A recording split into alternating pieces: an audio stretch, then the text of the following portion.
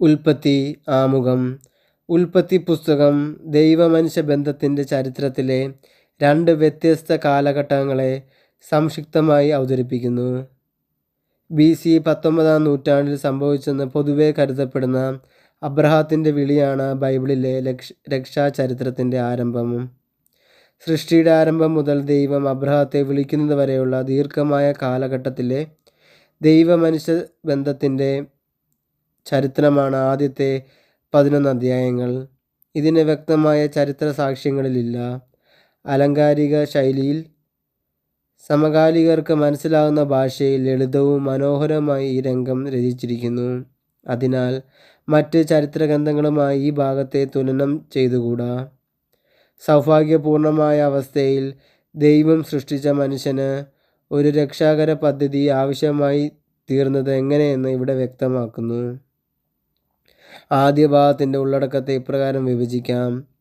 ദൈവം പ്രപഞ്ചത്തെ സൃഷ്ടിക്കുന്നു. മനുഷ്യൻ്റെ പതനം. തിന്മ വർദ്ധിക്കുന്നു. കായേനും ആബേലും. ജലപ്രളയം. ബാബേൽ ഗോപുരം. അബ്രഹാത്തിൻ്റെ പൂർവികർ.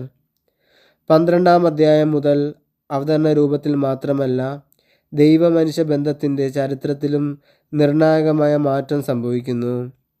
ദൈവത്തിൻ്റെ സാർവത്രികമായ പരിപാലനത്തിൻ്റെ ചരിത്രത്തിൽ നിന്ന് ദൈവപരിപാലനം മുഴുവൻ കേന്ദ്രീകൃതമായ ഒരു പ്രത്യേക ജനതയുടെ ചരിത്രത്തിലേക്ക് നാം കടക്കുന്നു.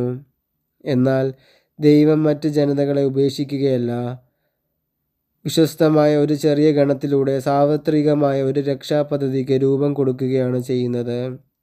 അവിടുന്ന് അബ്രഹാത്തോട് വാഗ്ദാനം ചെയ്തു, നിന്നിലൂടെ ഭൂമുഖത്തെ വംശങ്ങളെല്ലാം അനുഗ്രഹീതമാകും. അബ്രഹാം മുതൽ ജോസഫ് വരെയുള്ള പൂർവ്വപിതാക്കന്മാരുടെ ചരിത്രമാണ് 12 മുതൽ 50 വരെയുള്ള അധ്യായങ്ങൾ. ദൈവത്തിൻ്റെ വിളി കേട്ട് ഹാരാനിൽ നിന്ന് ഏകനായി ഇറങ്ങിത്തിരിച്ച അബ്രഹാത്തിൻ്റെ സന്തതികൾ വാഗ്ദത്ത ഭൂമിയായ കാനാനിൽ നിന്ന് ഈജിപ്തിലെത്തി വാസമുറപ്പിക്കുന്നത് വരെയുള്ള സംഭവങ്ങൾ ഇവിടെ പ്രതിപാദിക്കുന്നു. അബ്രഹാത്തിൻ്റെ ചരിത്രം.